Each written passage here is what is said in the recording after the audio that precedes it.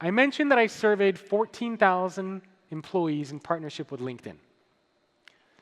When I did this survey, I broke it down by seniority level. So I asked individual contributors, how well are your managers practicing these skills? And then I asked the managers, how well do you think you are practicing these skills or mindsets? And then I did the same thing for senior executives. And unfortunately, the numbers are a bit scary. So for example, you can look at the first two on your left.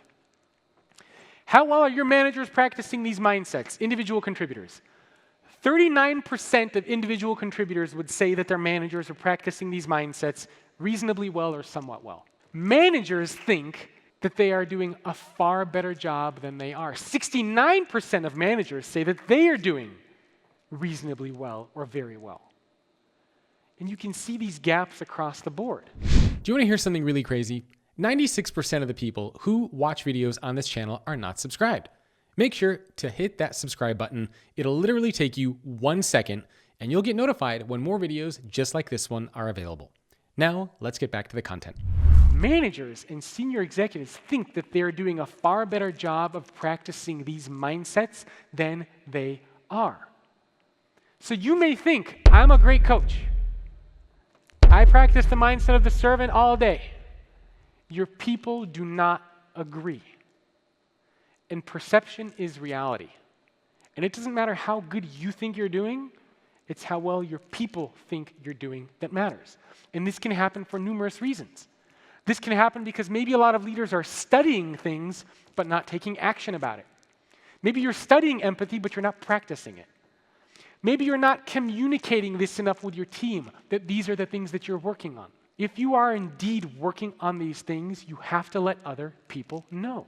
And not just let them know that you're working on it, but show that you are working on it and improving. The same was true for skills. And by the way, these gaps also exist not just between individual contributors and managers, even between managers and executives. So for example, you could look at the last two on your right. How well are your senior executives practicing these skills? 38% of managers would say that their senior executives are practicing these skills reasonably well or somewhat well. Now look a couple over, where I asked senior executives, how well are you practicing these skills? 73% of them thought that they were doing reasonably well or very well. So the gap exists across all levels, not just between managers and individual contributors, but between managers and their managers as well. And the general theme that I found is that the more senior you become, the greater the gap becomes. You have to work on closing that gap, the communicating, the letting other people know that you are actually doing these things and working on these things. So where can you begin? First, the most essential thing for all of you to do, please just define what leadership means to you and who a leader is. The reason why this is important is because this will determine the filters that you create in your company for the leaders that get promoted. Because one of the things that I find interesting is that if you look at a single company, in that same organization, you will find leaders who are loved and admired and respected. And in that same organization, you will find leaders who are hated and loathed and nobody wants to work for them. How did those two leaders get promoted? It's because the people who promoted them have different filters of how they got there. The filters that you have in place matter.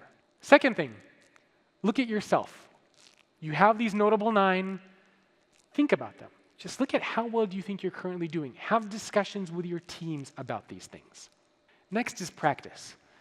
And when I say practice, you don't have to do crazy things. If you improve 1% a day, by the end of the year, you will be 37% times better. 1% a day. Simple things. When you get back to the office tomorrow, maybe just go up to one of your employees and say, you know what? I just wanted to say thank you for the work that you're doing. I know you're trying really hard. Take 20 minutes. Learn about something new that's going on in your space for the mindset of the explorer. Spend 5 minutes with an employee, just giving them constructive feedback and ideas on how they can improve. Little things. 1% a day. So every day you show up to work, just ask yourself, what is the one little thing that I can do today to be just a little bit better than I was yesterday?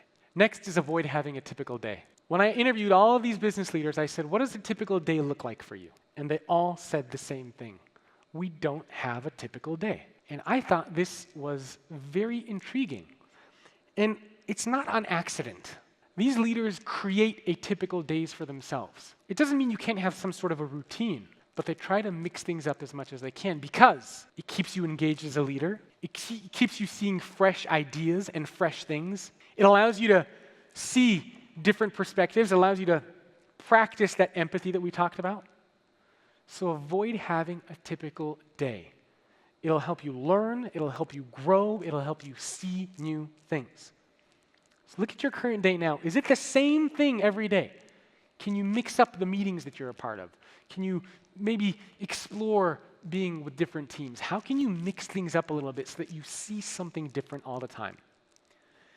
And the last piece of this is that you have to remember to guide others.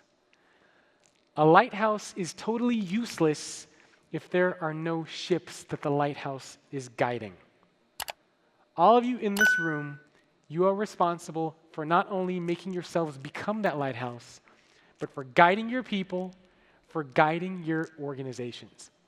It's a tremendous responsibility, but it's also a tremendous honor.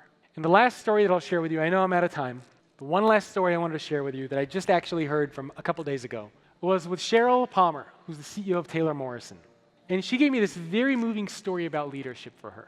A couple years ago, she was faced with a very tough choice that she had to do. And it was just about writing 2 letters. So she had to write 2 letters to her entire company of 2,500 people. The first letter was, I'll see you in 6 weeks. The second letter was, carry on the legacy that we started. She had a brain tumor, and she wasn't sure if she was going to survive. So the first letter that she wrote was in case she did survive and she was going to be back at work in 6 weeks. The second letter is the one that she wanted her team to receive if things didn't go well. And what she learned from that experience is that it's all about, or being a leader is all about purpose and intention. And she told me that she used to be the type of leader that would just fight fires. She would let her day happen to her. And after going through this experience, she understood the importance of purpose, of connection, of understanding that being a leader is a choice and that it blends into your personal life as well. And that while this is the hardest thing that you as an individual can do, it is also the most rewarding life journey that anyone can undertake. So I hope you can all become lighthouses inside of Vizient.